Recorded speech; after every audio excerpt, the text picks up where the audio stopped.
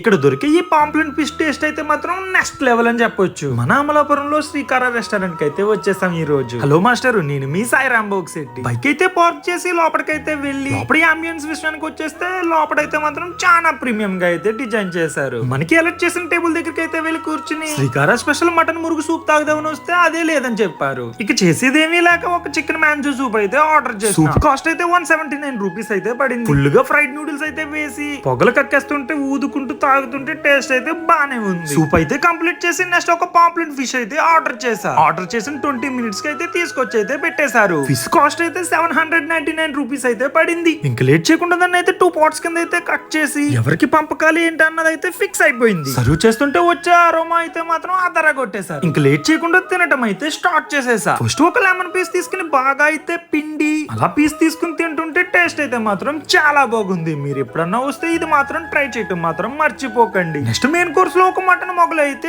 Order చేశా. Order చేసిన 10 minutes కి తీసుకొచ్చి అయితే పెట్టేశారు. పచ్చటి అరిటాకులో ఆ బిర్యానీ చూస్తుంటే ఎప్పుడెప్పుడు తిందామా అనిపిస్తుంది. లేట్ చేయకుండా సర్వ్ చేయడం అయితే స్టార్ట్ చేశారు. మటన్ అయితే చాలా సాఫ్ట్ గా అయితే కుక్ అయింది. మటన్ పీస్ ఒకటి తీసుకుని ఆనియన్ ఒకటి తీసుకుని బాగా అయితే రెండిటిని మిక్స్ చేసి తింటుంటే టేస్ట్ అయితే మాత్రం చాలా అంటే చాలా బాగుందండి. నెక్స్ట్ అయితే షేర్వాతో ట్రై చేసా. ఇదేమీ అంత అనిపించలేదు, దీన్ని అయితే స్కిప్ చేసేయండి. నెక్స్ట్ ఇక్కడ మాకు కాంప్లిమెంటరీ కింద అయితే లివర్ ఫ్రై అయితే తీసుకొచ్చి పెట్టారు. ఇదైతే చిన్న చిన్న ఎగ్స్ తో టేస్ట్ అయితే మాత్రం చాలా అంటే చాలా బాగుంది. లాస్ట్ కి ఇంకా రైతాతో అయితే కంప్లీట్ చేసేసా. అసలు మ్యాటర్ మర్చిపోయా, బిర్యానీ కాస్ట్ అయితే 339 రూపీస్ అయితే పడింది. ఓవరాల్ గా బిల్ అంతా కట్టేసి ఇంకా అక్కడ నుంచి అయితే ఇంటికి క్షేమంగా అయితే చేరుకున్నాం.